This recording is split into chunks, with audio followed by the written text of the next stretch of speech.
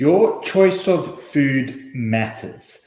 On this program with us, the first thing we are focusing on are your food choices. We've given you a list of foods to focus on that provides 80% of everything that you eat. For the most part, we know what healthy foods are. We know the things we should avoid. We know the things we should try and include a bit more of.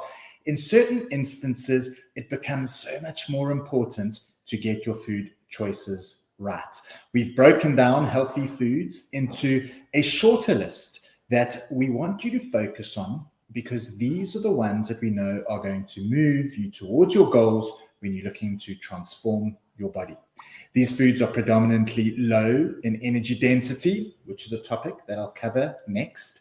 And it gives you more leeway to enjoy foods, worry a little less about portion control, and start to make these things make up most of what you're eating. Over the first little period, the time that you're readjusting and assessing your diet, make sure that your fridge and your pantry contain all of these foods, because these are the ones that we want you to experiment with. Have a look at the list, see the ones that might appeal to you most, or make use of the menus and recipes that I've provided that showcase these. Have a look at them, and you'll also be interested to see the foods in there that quite often we think are, there's a myth around them, that they're not good for us. Perhaps that they're too high in sugar, or too many, they might provide too many carbs, whatever the case is. Hopefully, I'm going to dispel some of those myths for you.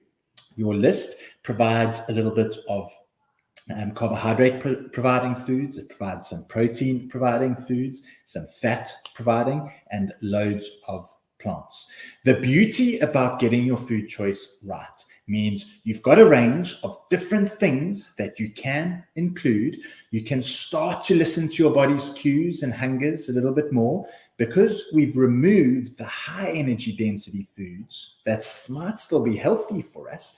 But when we overeat those or get our portions a little bit wrong, it means our risk of missing what your body actually needs increases. You've got more leeway to fill up, satiate with a good amount of bulk in your meal, but it doesn't come at a big energy cost. That is the goal of our first 2 weeks here. We're purely trying to get loads of good nutrition into you at a low calorie cost, with loads of good things. There's vitamins and minerals and fiber and plant nutrients, and there's protein. You can see you've got a wide enough choice of foods to make that all happen.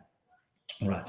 This is low energy density eating, and it's going to form the basis of what we do over the 12 weeks on this program together. As we evolve, we're going to dive more into the different portions of things, start to introduce a few other foods as well. But I am confident if you are eating these foods 80% of the time, you're going to get your results pretty quickly. And when we start talking about maintenance and how you graduate to keeping things off, these are still going to be foods that you always return to. Get to know them, get used to them, and make the most of it.